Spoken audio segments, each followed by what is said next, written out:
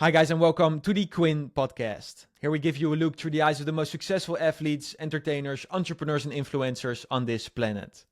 Be sure to check out all of the content at quinnpodcast.com. Enjoy the episode.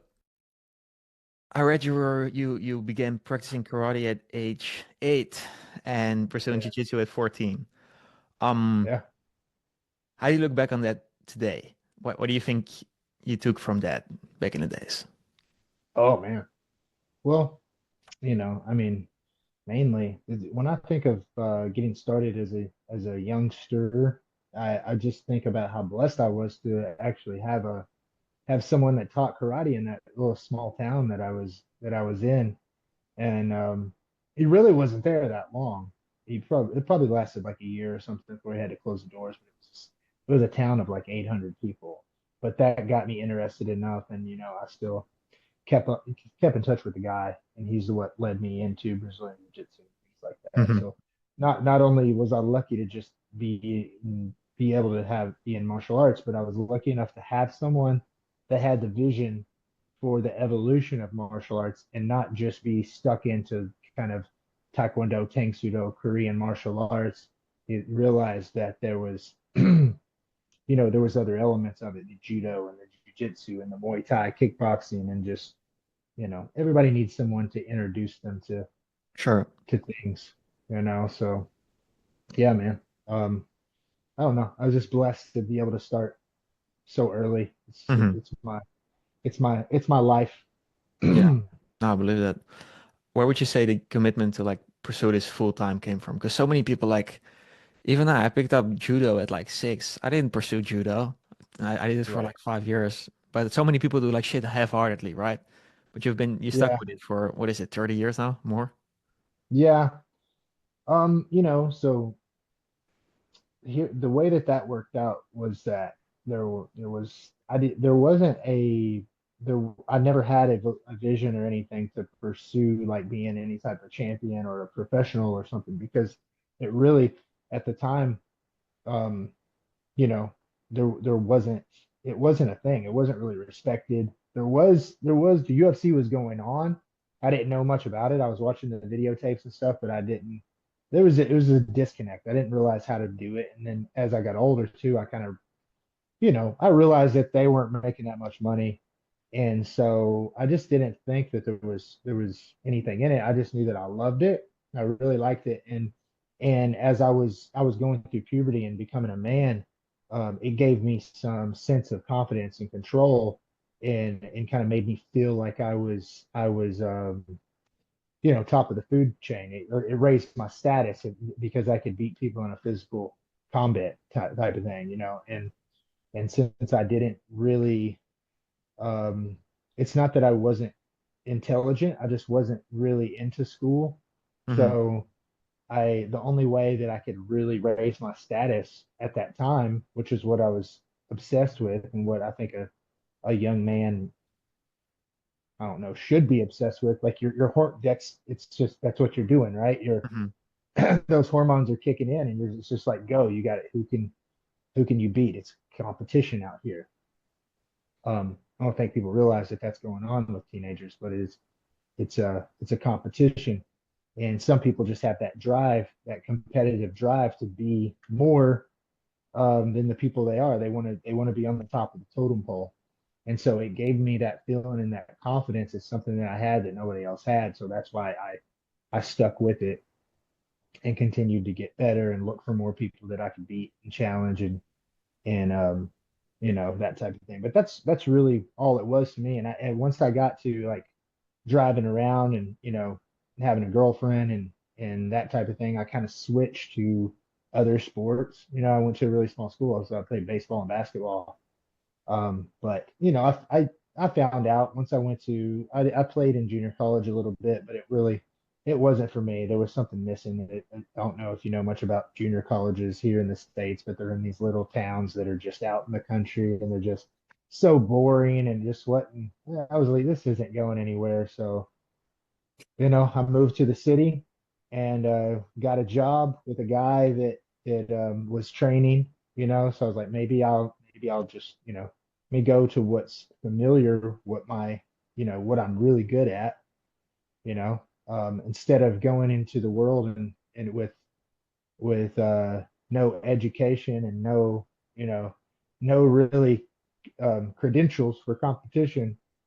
There's a thing that I'm at, good at. So I went back to start training martial arts, and at that time it had started to kind of kind of break through more. So I was really I knew that the way was jujitsu, Brazilian jiu-jitsu and Muay Thai. So I knew I was training that.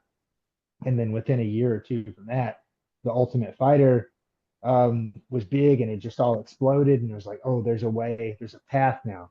These guys on the Ultimate Fighter, um, you know, earn a contract or something. I think it was like $100,000 or something at the time. It was like, oh wow, there's real money in it, and you can go into the UFC and be this thing or whatever. And I just, started kind of chasing that, and made my living teaching kids martial arts and working for someone at a martial arts school and teaching private lessons and things like that. And moved from Memphis, Tennessee, then to Atlanta, Georgia, to train with, people with a bit more, more to offer as a coach or whatever. And ended up fighting my way and making it happen. Ended up down here in the Mississippi Gulf Coast. But that's the story, I would say, of Hmm. how I made it into a career. It Yeah. wasn't planned out the whole time. That it was like, okay, when I'm a kid doing martial arts, I envisioned myself as that later. I never wanted to be that. I never wanted to be a movie star, martial arts person or anything. I just didn't really know until I finally did know. Yeah. Were there like other passions competing for this? Like did you have, I don't know, like you say, acting, for example, something stupid. I don't know. Oh, other Yeah, when you competing were for younger, like during your teenage years, there were other things you saw yourself doing. the biggest thing was probably baseball. Okay. I once I kind of got my mindset like, okay, I can play in college, I can go to pros and stuff. I was really set on that. Because I was always a forward thinker. Always had an imagination, and I imagined myself as a, professional baseball player, and, someone that's famous and rich and has all these things. So I just knew that it was going to happen. You know what I mean? I was just like, oh, it's definitely going to happen, which was kind of heartbreaking when I had to leave baseball. There was definitely a moment of ego death there where I had to kind of, 19, 20 years old, completely changing paths and having to, kind of eat shit on what I had told everybody, that I was definitely going to be, major league baseball player, and I didn't need school. Fuck that. So there was that. I also grew up in a environment that was, my mom was in bands and stuff, and so there was uh, music and stuff. So like, Hmm. uh, I was did piano recitals and things when I was a kid, and played the drums and guitar and and all that type of stuff, which I still keep as a hobby, and I think that it's really good for my artistic expression. Um, but again, I never really wanted to be like a musician either. I would say I saw myself as a professional athlete. I didn't really know how it would end up. Hmm. Have you been able to But come again? I was just gonna say, I think the moral to that is really to, that you never know where you're going. You have to be open and adaptable, and kind of, go where the spirit leads you. And you're always having to make these decisions along the way and figure out if it's the right path for you or not. Yeah, it's. I mean, I'm 21 right now. That's a tough one to like at one side like have it like crystal clear, like this is what I'm doing, and your critical tasks every day, right? And at the same time, sort of keeping it open and seeing because I'm like I say, I'm 21. I don't know shit, but I don't want to not be doing shit at the same time, right? You want to be passionate, Right. but at the same time keep it open. It's a funny balance to yeah, funny position to be in. That's for sure. Absolutely. There's definitely nothing wrong with learning entrepreneurship and learning how to talk to people and how to sell and how to make money and all that type of stuff. I definitely went through a long phase of that. And after my first stint, and I was when I was 29 and had the eye injuries and stuff, I was, Hmm. coming out of that, I was already transitioning into, okay, that's over. I got to go now and open more gyms and that type of thing. And I created a consulting company. I learned online marketing and that, and now I have those skills, and that's one of the financial side of things, and the entrepreneur side of things is one of the things that give you freedom in the category of, you know, you're having more time and being Hmm. able to do the things you want and live the lifestyle that you want, So that's a huge part of being a man. So I don't think that you'll ever regret putting time into what you're doing now. And as far as business, if you're putting a lot of time in you seem like one of the young hustler kind of entrepreneur guys. And I think that's great, especially while you're young and you got all that energy and stuff, it's like, go for it. Yeah, no, for sure. Yeah, I'm Hmm. trying, that's for sure. You mentioned ego death with baseball. That's a funny one. Have you been like with age or with time or whatever it is, uh, been able to take your like sense of self away from fighting? Because you mentioned the competitiveness during your teenage years, like seeing yourself just like from more than fighting or more than entrepreneurship or more than whatever it is, as like a man on itself. There's a saying that goes, if you if you want to be something, right? As far as identity goes, you want to be a whatever the thing is, then you will become that, and that'll be your punishment. Hmm. And but if you don't want to be anything, then you will become that, and that'll be your reward. So, in a sense, the ultimate goal is to die to yourself and to ascend to something higher than just a, whatever it is. So it's a matter of being able to play the game and be able to have a craft that you have, or maybe a couple of different things. I don't know that maybe not everybody has that capacity. I believe that they do. But for me, I've always been interested in multiple things.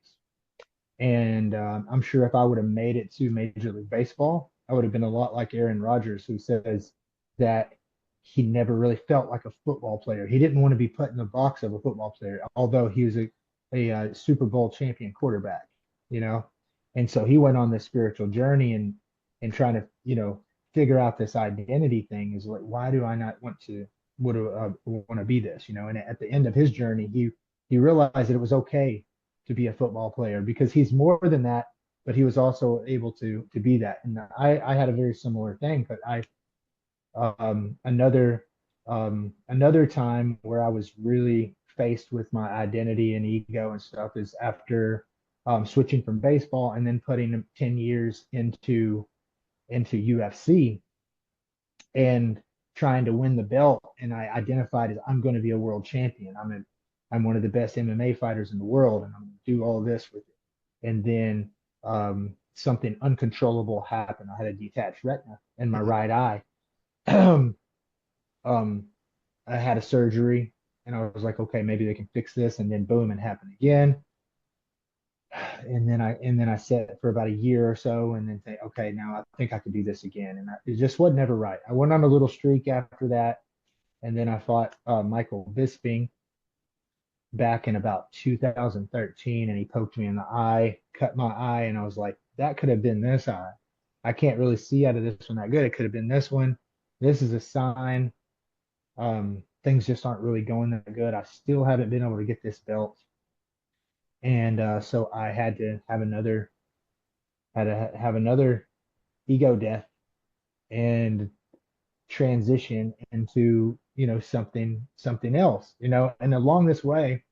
And that's where I was telling you about that I really got into business and stuff Hmm. because ultimately the the identity that I had for myself, it wasn't a baseball player. It wasn't a UFC champion or MMA fighter. It was it was just the thing that I couldn't really get away from is that I wanted to be higher status. I wanted to feel like I was worthy. I wanted to feel like I was really something special. You know what I mean? And I would probably any direction would have worked for me as long as I had the money and the fame and the respect. You know what I'm saying? Hmm. And so I went on that journey for several years. And again, it ended sadly with getting having multiple different businesses. I created the biggest consulting company for MMA businesses. I had 4 gyms running it at once, along with a consulting company that was valued at $6 million.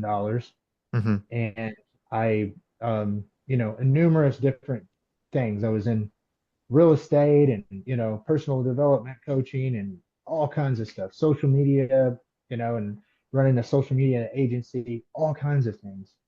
And at the end of the day, I was still left empty, because I was trying to fill a hole that you can't really fill with material things or with an identity. It doesn't matter on the outside looking in. What really matters is what you feel about yourself.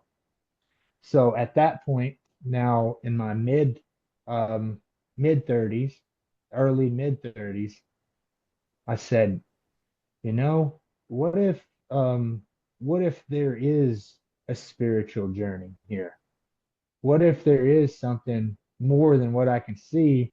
And this is just a psychological thing. So then I started to get into just a deeper psychology and spirituality. And I remember the girlfriend that I had at the time, I said one day when we come up to a red light, I was like, you know what? I want to explore spirituality. I want to know what that feels like to be spiritual. And maybe she just kind of rolled her eyes or whatever. And you know, so I started trying to get involved in just whatever I could, ceremonies and medicines and things like that. And I had a DMT trip, and um, I realized that that whole life that I was living wasn't the one for me at the time. I had to go and find myself deeper, So therefore, I learned I learned that myself was just kind of an illusion. Hmm. I learned what the ego was, and whenever you see that, you're like, wow, I've never actually really been myself. And so I was able to go on a journey and find my real self, and find more, it's kind of hippie stuff, but it's I like it. a higher self, And so what I did with that is that I found it and I said, now I got something, and now I'm going to be grounded in what I'm doing. I'm going to have a higher purpose for what this is. And I am going to go back into fighting. I'm going to win some type of world championship, and I'm going to do, it's not about me anymore. It's about other people. So I have to go on this mission. So I got laser focused.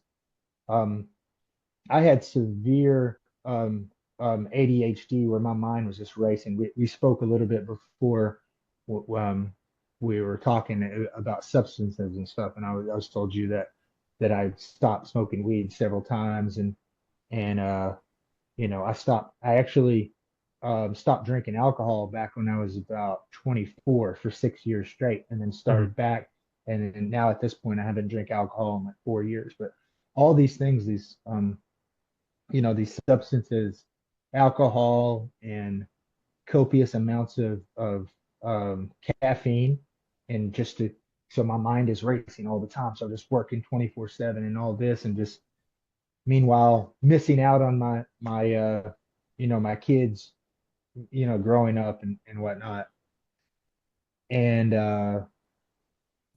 I, you know, everything that I learned and that I went to at that time, I was able um, to get disciplined and um, finally stop using those substances, stop trying to feed my ego, have a more clear, um, just overall more sovereignty over my body and over my actions, and just be more focused. So I became laser focused and I started to become more long term instead of short term, like let me just do this, work hard for a couple weeks to get this thing or whatever. It became more of, all right, if I do this long enough, I'm going to just keep going up, keep going up, keep going up. And I had a plan. So I went back into fighting, into boxing and bare knuckle boxing, won the bare knuckle world championship, and bing bang boom, here we are, where we are today, I guess. I guess. Um, from that whole like to boil that down, like no one, like absolutely no one listening to this would like doubt that you are as like masculine as it becomes, right? You literally go out and fight like bare knuckle. That's as tough as it gets. Um, Oh. what would you say like a man is then, from what we just spoke about? a man a man is someone who can who understands that fear isn't just something that some people have, it's something that everybody has. And um it's about the courage that it takes courage to be a man and to really face your weaknesses, admit those weaknesses, realize what your ego is, and do the right thing, even if that means sacrificing everything for yourself. Hmm. Um, that's in that area, more area of what a man is in the regards of the way you're asking what a man is, Yeah. you know. And I think whenever, when as men, as we talk about what is a man, what is a real man, we're all males, but what does it mean? What are we really asking whenever we ask that? It's kind of it's the essence. It's like, what have I? We know that there's something in there that we're supposed to do, but we have a feeling, don't we, that we're not really doing it. We're being weaker Hmm. somehow. We have this feeling that we're not expressing fully what it is to be a man, and I think that's what it is. It's expressing the whole thing, and having the courage to face those hard times and to um, as a man, think about this too. As a man, it's not about you. It's not about me. You know, it's about being selfless. It's about, um, sacrifice and leading other people. A real man has to be a leader, because at some point, right, you're a young man now, but someday you'll be an older man. And there will be people, whether you have a family or not, hopefully you do, but there'll be people that look up to you and you'll be the older, wiser guy. And you're going to have the courage. You're going to have the wisdom. And it's going to be about them, and it's not just going to be about you.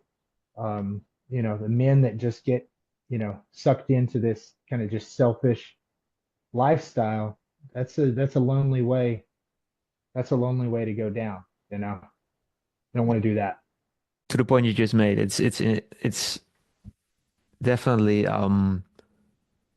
not doing what we think we ought to be doing, but at the same time, sort of like when I go hard, for example, I like feel bad that I didn't call my mom for like 3 days straight. That's another point. It's a funny balance, that's for sure. Yeah, Yes. Yep, I understand that. I know. Yeah, I know exactly what you mean. yeah, it's That's the it's the struggle of being a man. We have to do it all. We have to do it all, don't mhm, I guess, yeah, is what it is. we? And It's funny, man. it's not easy. It's not easy, but it's about accepting that responsibility, accepting it, you know, and just doing it. That's what being a man is. Guess so. Yeah, it's funny. This sort of yeah. I like talking about it with guys like you because I'm like I say at my age I don't feel like I've proven myself to be a man in that sense. So but it's cool to be able to express whatever I'm encountering on that subject with guys like you. Yeah, Mm-hmm. that's for sure. I'd love to touch on your MMA career real quick if you're cool with that. Because you made Yeah. the shift from UFC then to bare knuckle boxing. Can you take me through that? What that was like for you personally? Um, so down here in South Mississippi, there's an interesting opportunity, and what happens seems to happen. It's very historical. If you look at the bare knuckle boxing in the 1800s, and which eventually became glove boxing, there was definitely a period of time where it wasn't allowed up north, right? Mhm. So if you think in your mind, North, or I'm sorry, New York regulations, right? That's what you think when you think New Orleans is a very regulated, democratic, type of thing. And down in the South, here's where we have the freedoms, we have the, whatever. So fighting has always started in the South, especially the Mhm. things that were kind of iffy. And then same thing with the UFC, early UFC, only in the South, Alabama, Mississippi, Louisiana.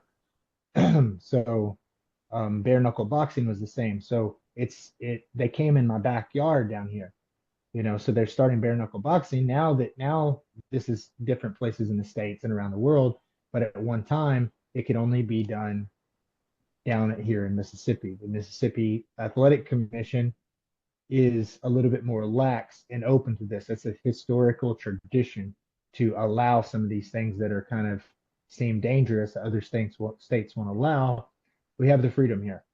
So bare knuckle boxing the first events, or maybe not the first event, but several of the first events were right here, 10 minutes from my house.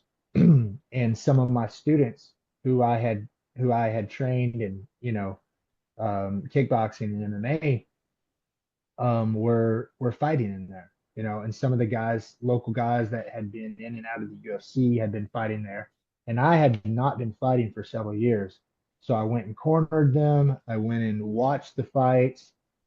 And I remember looking at it thinking, wow, it's almost like the whole experience over again, where I'm like, that's something that I've never done. Just like when I was 14 years old and I saw my first MMA fight in real life, I was like, wow, that looks scary. I want to do it. Mhm. And then so I'm like, I got that kind of, you know, feeling of just like, oh, that's terrifying. Maybe that's something I could challenge myself, but I'm done fighting at that time. But I'm like, damn, I wish I'd have done some bare knuckle. That's correct. That's awesome. Um, so then I started to think about using my mind in a way of like trying to solve a problem. So I tried to think about how I would approach that. And so I had some conversations and helped some of these guys train. And along the way, I started realizing, the differences of this. So I think my intellectual approach to it was developing.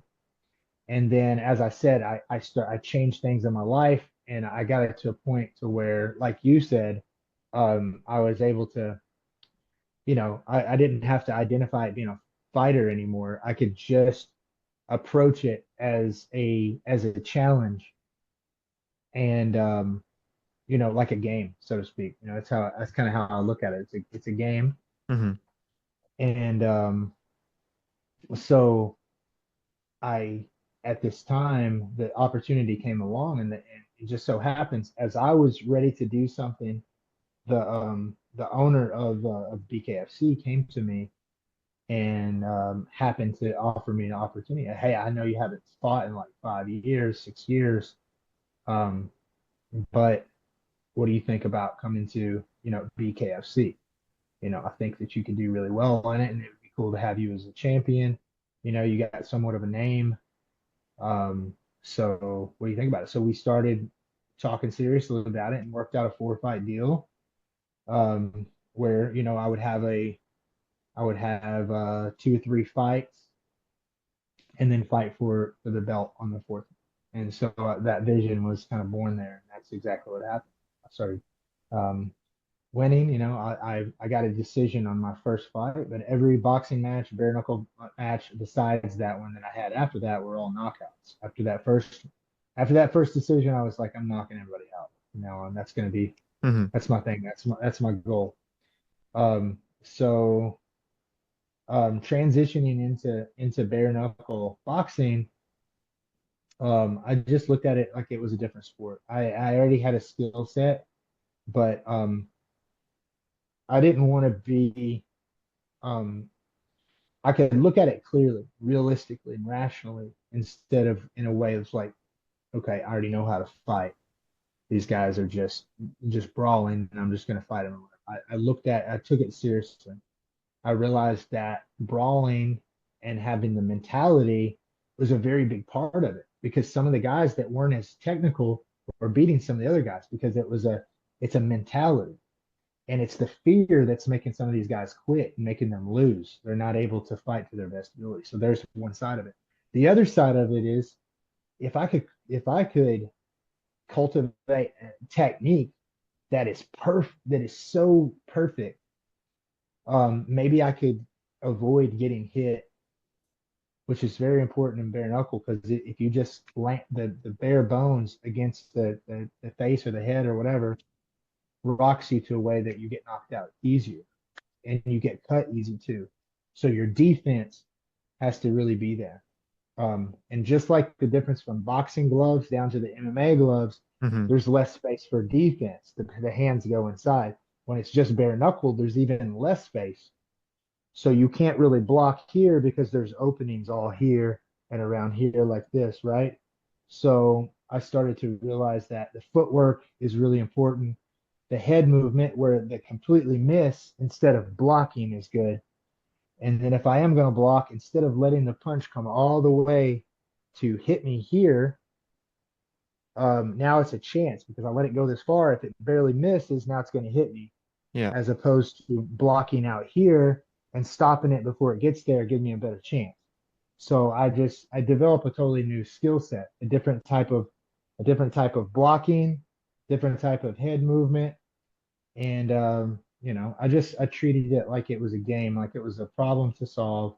How can I become the best bare knuckle boxer in the world? And I studied old bare knuckle boxing. I studied all the UK, European underground street fights, and just any type of resources I could really get my hand on to just take it seriously, and I just delve all the way into it, fully into it, and so that's how I did it. No, for sure. What's the mindset change you need from MMA to bare knuckle boxing? Like you say, it's a big part of it is mental, that these guys are just Uh-huh. scaring each other. Um, was that something you had Yeah. to learn, or that was already there? Um, I think that it was more, yeah, kind of congruent with the mentality that I already had. But I was able to be more cautious of it. So to me, I was like, oh, this is going to be very tricky. I have to be very conscious and very aware and technical and try not to get hit. But at the same time, you have to bite down, put your forehead forward and throw Hmm. caution to the wind and brawl and be able to, um, you know, um, be aggressive, but at the same time be technical. So it was just a really unique balance of the mind. Because that's Um, tough, right? Like I box like just as an amateur, but when you get mad, when you get emotional, that's when it goes bad, right? yeah, exactly. So yeah, it's about being consciously aggressive and consciously a bully, consciously, going forward and that type of thing without getting emotional, getting mad. And sometimes there is a good point. Sometimes, believe it or not, in fighting, the fighters getting hit or getting beat, they don't really want to admit that they're getting beat, so it comes out in anger sometimes, Hmm. So the ability to consciously have rage if you need it. And sometimes if you're getting hit, your body's saying, "Hey, quit! That really hurt. Those bare knuckles sting. The blood's coming down." So your conscious ability to say, "All right, I need a little extra juice," you know, let's go to hell right here. That ability to turn those emotions on if needed is very important. What do you think about in that moment? What turns you on in that sense? Um, I don't really have like an alter ego or anything like that to where I'm thinking about, something that makes me mad or anything. I've just have I have the experience of being able to turn it on whenever I need to, right? Hmm. So to me, it's just a kind of a trigger. It's just like, okay, it's go time. You need that. You need that extra feeling. You need to put some feeling into this one and let's go because the alternative to that is to kind of just lightly bow out and you're going to lose this fight. Hmm. But I want to win. I want to win. I want to win so bad. So I'm going to make the right decision right now is to be aggressive and to turn on the aggression and the rage. Do you actually get mad at those guys, or is it more at the concept of an opponent, or is it personal? Yeah, no, it's not personal. It's not. I'm not thinking of this guy. I'm thinking of the game. I'm thinking Yeah. of winning the game and what I need to do. You know, um, what I need to do to do it. I see you've done some boxing and stuff, so Hmm. sometimes it's not even about being mad. It's about gathering the focus. Sometimes your focus needs to be so powerful that it overcomes the distraction, which is your lower emotional mind saying quit because this is really life threatening, you know? So what you need a focus that can overwhelm that. So have you ever been trying to do a combo on the mitts and you just can't quite get it? So you're just like, Hmm. all right, come on, focus. And you just center yourself and you're like, oh, come on, let's go. And you almost have like an anger to it, but it focuses you. Does that make sense? Sure. Sure. Okay. All right. That's how I would explain All right. I like that. I love that. it. It's funny, man. Um, the organizations you're in right now, I forgot the name again. GFL. There we go. How is Yeah. it different from the other ones? I'm sure it's different, but all these other organizations popping up right now. Um, Uh, I heard the UFC is like it's overstaffed on every single aspect. That's the main yeah. thing with the UFC. How do you look at that? Um, Wait, say that again. Just Overstaffed? all those organizations. How do you look at the one you're in right now compared to the UFC and to the other ones? Yeah, just your vision on it. Yeah. Obviously UFC stood this test of time and has the credibility and it's such a powerhouse, man. It's such a big power player. But I will say that um, in order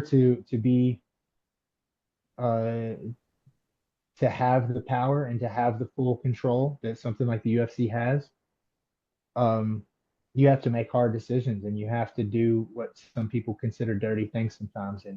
And you want to take out your competition and you want to get people under contracts and you know what I mean. So the the way that they have built up has also you know held the fighters down in some ways. Hmm. I was part of the UFC lawsuit that because I had already retired and in the class action lawsuit, everybody in that time period is part of it. But that the lawsuit was about the the unfairness of the contracts and Hmm. the inability to have a competitive market, so it keeps the pay down. That's why UFC fighters some are more famous than NFL and NBA and Major League Baseball and so forth, soccer. Their fame is higher sometimes, but the money is so much lower. So something like the GFL with the team, the idea is to create an economy that is competitive. So now you're bidding and the price is driving up for what the fighters make. So I really Hmm. like that sense and that idea. And that's probably what I could just say about all organizations outside of UFC is that we need this. We need more organizations that come with the money, that come with a good plan and really try to compete. And with a competitive market, then the UFC fighter pay can be the same as all other sports. And I'm sure you probably believe like I do that it's no less of a sport. If anything, to me, MMA is more of a sport, and all Yeah. other sports just basically are sports are just emulation of combat, one-on-one combat or battle between one army and another. Hmm. We're just kind of playing that out. It's our expression of that, and people like to watch it, like to cheer for the team, they like to cheer for the hero and that type of thing. So MMA is like the closest thing to the real deal of what we're really trying to do. You know, that's why fighting has been a spectacle since probably the beginning of time, since pre-recorded history. I'm sure that people gathered around and watched two men fight each other, don't you? Yeah, that's for sure. Yeah, It's as pure as it gets, right? It's just basketball is a yeah. watered down version of fighting in a sense. If you think of it that way, it is very watered down. Yeah, it's pretty watered down, but Yeah, that's what it is. yeah. It's competition in its purest form.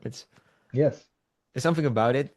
It's another thing whenever especially when I'm sparring, it just feels so natural. Like you lose track of time. I haven't really found anything else. Maybe like racing cars or something, but you're so in yeah. the moment. It just feels as I don't know. There's nothing that compares really. Absolutely. Absolutely. I love it, man. I absolutely love it. Yeah, Wish I could do it competitively forever, but I won't. So I'll just continue to master it the best that I can, yeah. without fighting, but I'll How do you never stop. how do you look at that? It's tough, sort of. I experience, Yeah, yeah. It worries me at my age already that I can't forever, be an yeah. athlete. Um, what's your view on Yeah. it? You sort of made peace with it, Uh, or just yeah, deeply? I have, it's a work in progress. It's like anything else, you have to keep growing and things, but yeah, I'm definitely making peace with it. A lot that I had to prove to myself and stuff has been done, so, um, to me, it's just a fun game. And as long as I'm able to play it and be healthy, I'm going to keep doing it. But I know that the time is, this may be my last year or 2 years of fighting. It's kind of what I'm starting to think, and I'm starting to make peace with that. And I'll be fine. I've already thought about, you know, training. I would love to train for the rest of my life. I know I'm not going to go train as hard. There's going to be a time where, when I get old, people are going to have to take it easy on me, I'm sure. But you know, that's all part of it. That's all part of growth. Hmm. Has the drive changed with time? I'm sure it has. Do you experience just in a different way, or is it diminished, or how do you see that? Um,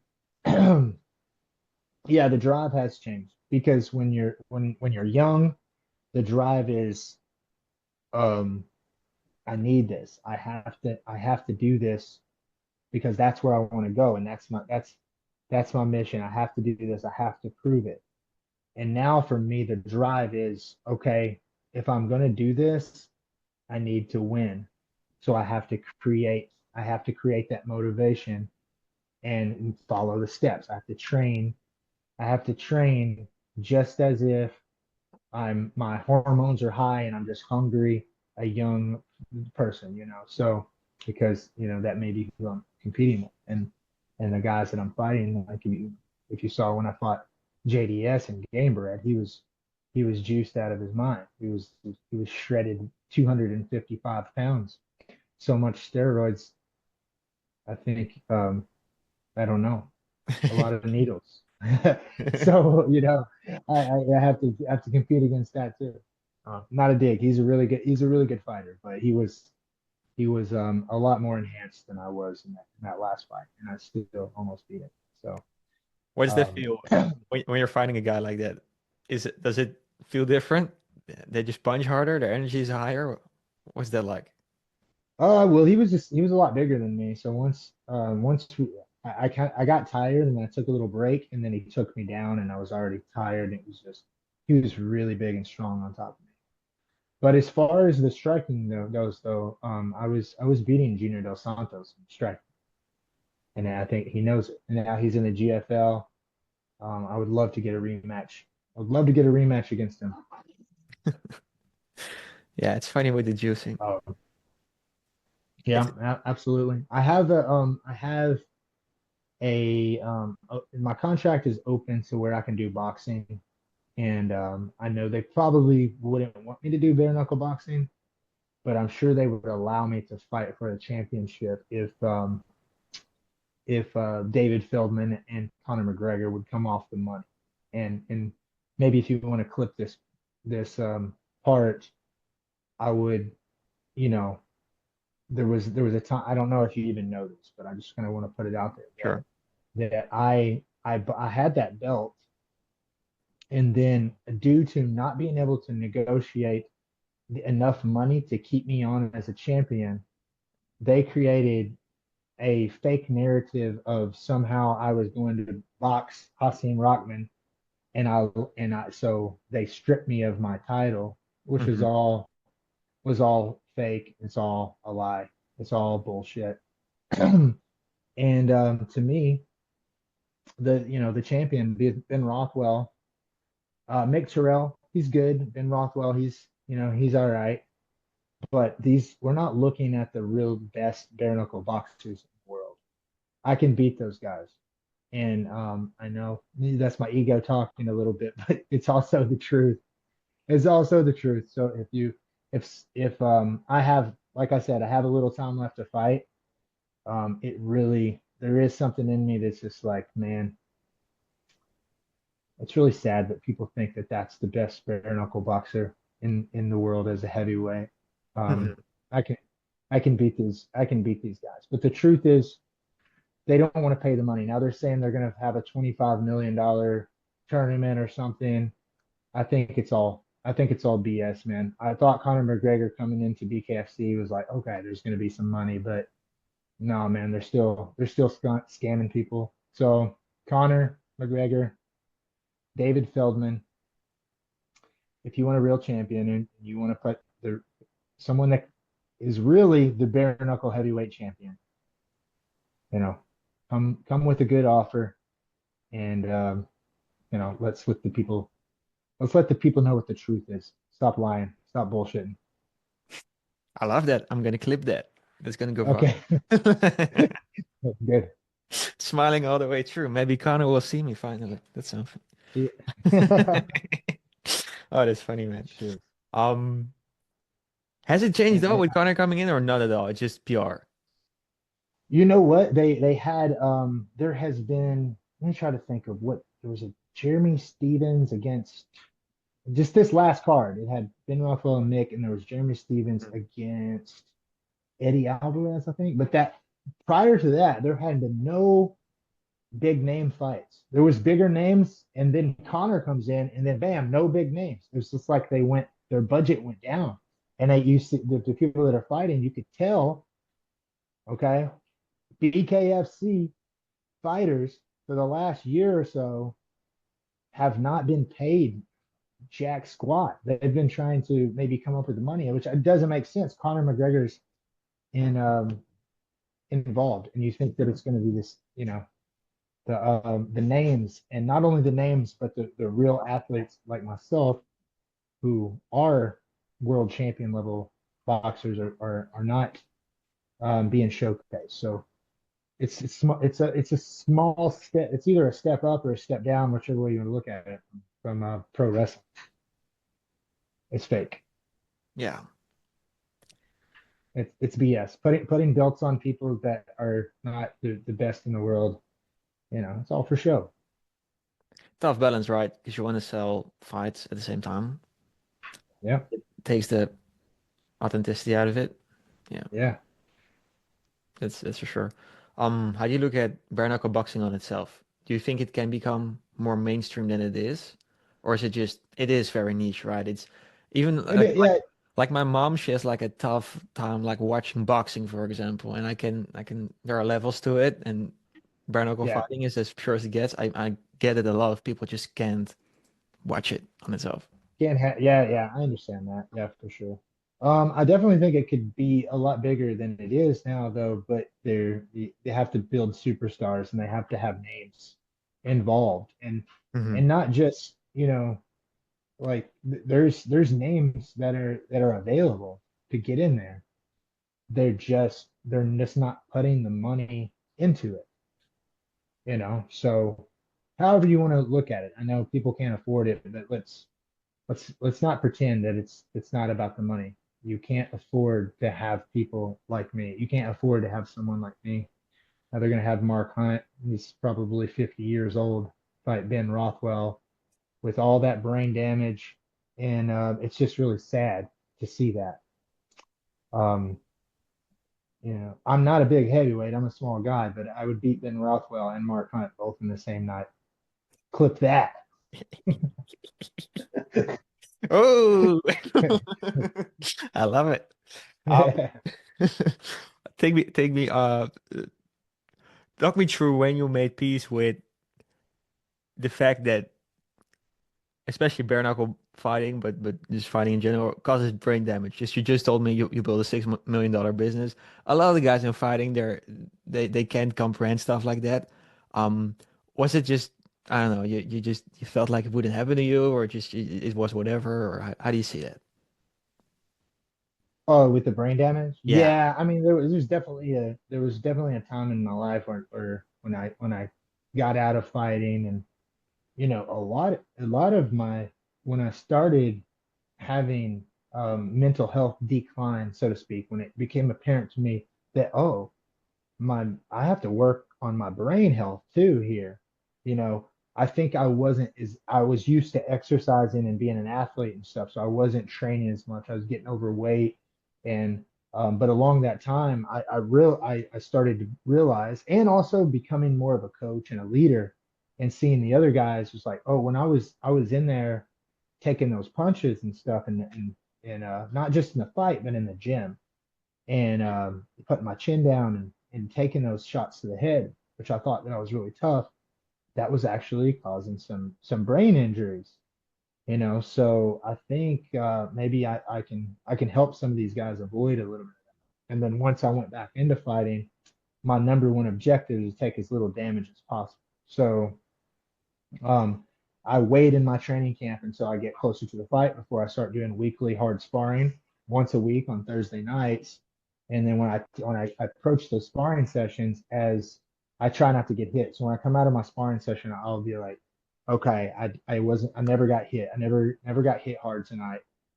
Nothing that would cause any injury, or maybe I got hit once. So let me look and see what I did wrong. But that's my number one objective, not to hit, which is what made me really good at bare knuckle boxing, is because that was my objective, not don't get hit. If they don't hit you, then that always gives me an opportunity to beat them. And all I need is one shot. And I have the speed and the power and enough weight behind it. And with the bare knuckle, I've been able to fold a lot of guys just by getting that accurate shot Hmm. at the right time. So I have enough time in the fight to get that one, as long as I don't get cut, and as long as I don't get knocked out. So that's been that's been top of the list for me. It still is every day. I've brain injuries are real, CTE is real, and yeah, you'd have to be delusional to not get that, or like me, young and delusional. You know, Hmm. yeah, I think you're a lot more aware than I was at 21. I guarantee you that. So you're ahead of the game, brother. I know that I may act like it, but or I may talk about it. I don't know if I act like it, but um, Yeah.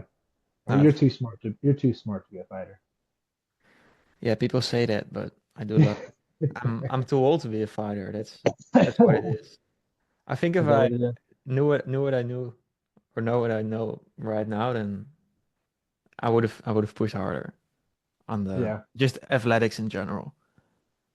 Yeah. I mean, I I'm understand, 21. I brother. still could. Sure. Tough spot to be in. I don't know. Yeah. That's fine. Yeah. Um, you mentioned this is an interesting one. You mentioned the retina detachment. Would you say that period of not knowing if you could fight again was the most pressure you've been under in your career? Did you experience that? Yeah, it was. Yeah, that was a really hard and confusing time. I didn't have near the skills, you know, of just kind of navigating through hard times and stuff like I do now. So that was a hard time. It taught me a lot, for sure. What did it teach you? Well, it it taught me that you know, you don't always have to make the decision. You don't always have to know right now exactly what's happening. You know, your expectations is really the root of a lot of your suffering and stuff. So sometimes it's just taking a step back, and you got to be able to look at the situation at you know, at a higher point of view. Um, so I would say that's what I learned the most is that it's a process. It's just chill, let it unfold.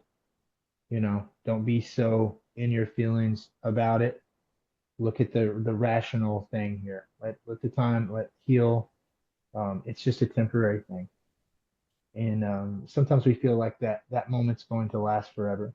And as you know, where we are now, that moment didn't last forever. You know, there was a time where I was able to come back and start fighting again. My mind changed. Things change. Things change. The moment that you're in is not going to last forever. It's just temporary, which is why it would be such a tragedy to commit suicide. And everybody's had those dark thoughts. But I think maybe this would be a good time to kind of bring this in. As my dad always Sure. said growing up, my dad would always tell me, he would always ask me, you never thought about killing yourself. And I realize now that that's because he had suicidal thoughts, Hmm. probably. You know, it's a natural thing for a man at some point. And you know, he would always try to hear, you don't want to make a permanent decision to end your life when it's just a temporary situation that you're in.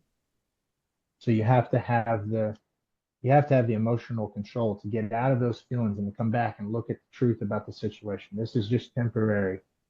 What time it's going to be hard. It's going to be hard tomorrow. It's probably going to be hard for weeks or months. But there will be a time where you come up out of that, and you won't even hardly be able to remember what it felt like to be going through such a struggle. You know, so Have you maybe that'll help somebody. have you gotten as far as where the thoughts changed from maybe I should kill myself to sort of thinking about how you would do it? Has it gone that far? Um, yeah, absolutely. Yeah. Sure. At certain times, at certain much times when I was younger, yeah, there were times which I don't um I know where you're going with that. Is like this the seriousness of what Yeah. it is. But I think, you know, maybe in those moments, to me, I don't know other people's experience with it, but what it's very interesting to have. I don't think I've ever actually talked about that this deeply on it, but I think it's important what you're saying is that that ruminating thought it can lead you the longer that you stay in that thought, you know, then you're waking up the next day, then you become like the people that really do pull the trigger. It's a it's more than likely they're ruminating about it so far. It's just like now they're thinking about how am I going to do it, how am I going to do it, or whatever. And that's a really scary place to be. I don't think I've really went that far. I ever went that far. I was always able to I was always able to somewhat get myself out of it. Luckily, thankfully, by the grace of God.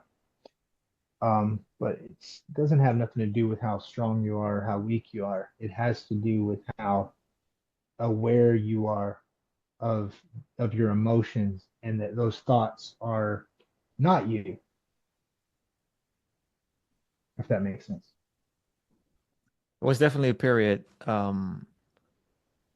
I'd say, I don't know, maybe 3, 4 years ago, like deep during COVID, where I sort of lost all that connection with people outside of my, or the people I did talk to back then. And I just Uh-huh. felt lonely, right? And when it got to that point that I was like, it's sort of, it became an assumption. Besides, should I do it? Should I not do it? I never like Yeah. seriously, like consciously thought about it. It just was always sort of like in the back of my mind for like weeks, months, whatever. And then Mm, changed to how would I do it? So it became an assumption, and that was the moment that I was really like, okay, something's wrong. Like I gotta change this up.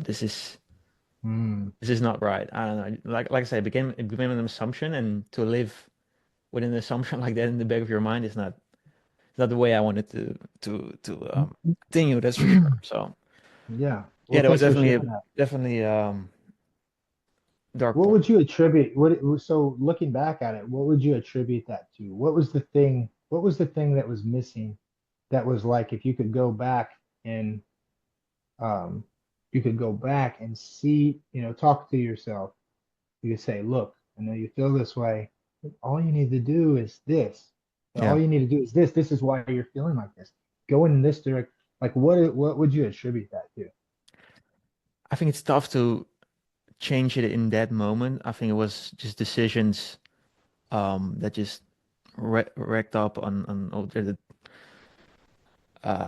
compounded over months and years. I didn't feel like I needed people, but there were always people around. I went to school when there were friends and whatever, but I was always like, okay, I don't need people. And then COVID hit, and then I got into a position where there were no people, and I didn't actively pursue connection with people. That I Yeah, completely lose it, and I didn't realize how bad I needed it. Um, that's good. yeah, well, Okay. I wish I realized that like 5 years ago. Okay.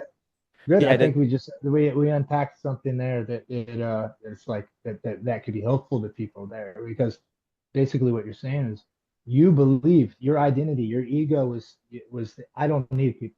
These people are around, but you're feeling the reason you were feeling that was something deeper inside of you, right? It was Mhm. something else that you needed to work on, but it was actually just a lie. Because when you didn't have the people, that's why you couldn't see the lie because you believed it so much. Well, I don't need people, so why am I feeling like this? It's because you actually did. And so one of the things that I did about 6 months ago, I went I wanted to go out and spend some time alone in the desert. I went out to California high desert and I spent 5 days out there with no cars or houses in sight, just one little campground, 5 days by myself, just hiking every day, not seeing anybody. And by the end of that trip, I I realized that I was not the lone wolf that I thought that I was. I Mhm. need I need people. My human body said. If I learned nothing else from that trip, that was um, that was how I learned it. I was like, wow, this is I really there's something in me that's just like food. I need to eat the food. I Exactly. Yeah. need people. I need people. Yeah, it's very primitive. It's not even on a psychological level or like a, I don't know. It's just yeah. Yes. Whenever I lock myself in my room, I just work on a project for 3 days. I start feeling it by day two or something. Day one and a half, day two.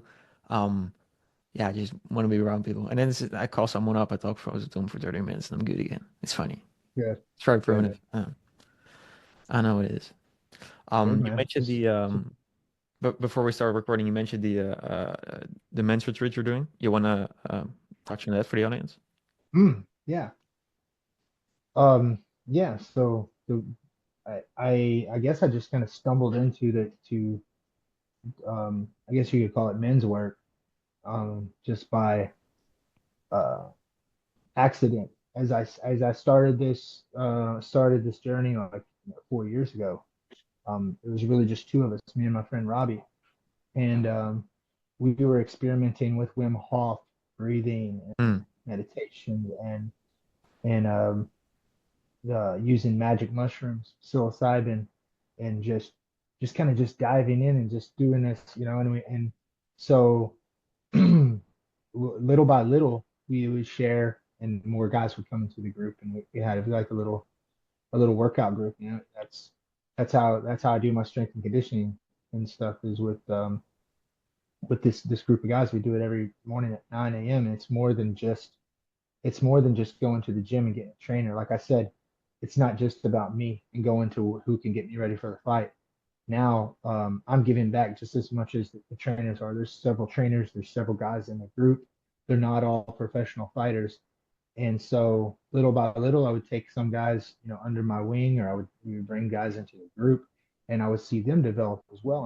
And I start to see that kind of the idea of discipleship and like what it means. Hmm. And so, I've just really been led in this way. So I've recently started to, you know, use my Facebook group and use my social media to kind of invite guys into the group. And so I've been working on this retreat. So I'm going to fight in April, and then in May we're going to do the first warrior initiation retreat, which is it's based around, it's 5 days, and the idea is a rite of passage into manhood, which sounds like a teenager thing, but it's really for anyone 20s, 30s, and 40s, because you kind of get trapped into this teenager model of yourself, and you just end up living your life until you hit your midlife crisis. And that's what a midlife crisis is. It's a death and a rebirth and whatnot. So as we've talked about in this conversation, it happened to me at 20 and at 30, and again at 35.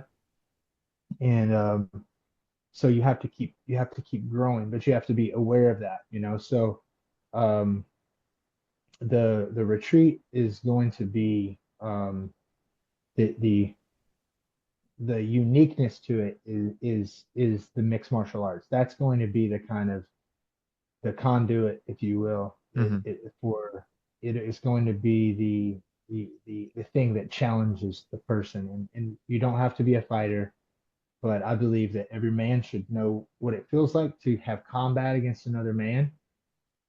Not It's nothing personal, but both guys expressing themselves in that way. Just like you said before, it's so freeing, and you're so in the moment, and you end up learning so much about yourself. And in these times when you do things like that, or you do extreme, you know, heat, heat or cold therapy, or you go on these long hikes or these long runs where you're just, you know, physically exhausted, things come to the surface and you learn about yourself and you grow. So it's experiences is the best way to grow, and how to grow quickly and stuff. So that's what the men's retreat is about, and then the group is just a way to stay in contact with your brothers and Hmm. create this bond, and continue to stay on the right path, and have it accountable, and not be lonely, like you said, and be, disconnected from these guys. And to be honest with you, there's a lot of guys that have male friends, and they go and chase girls and go and drink, and maybe they do sports or whatever, but it's a surface level relationship. And so I'd like to see normalizing just taking off the mask and Yeah. being able to really connect. Just like we have in this is the first time we're talking, but we've been able to share some things that some people would consider vulnerable, Hmm. right? Share some weaknesses in a way that it's really it is really a sign of strength. And that's another thing. Something I didn't have back then in that period I just described. I think I was 17, 18. The mask was on, and I had no idea it was even there, right? It was, Mhm. yeah, Yeah, I know. I'm slowly starting to get there where I see it as a conscious decision to turn it off. Um, yeah, but it's definitely a journey, that's for sure.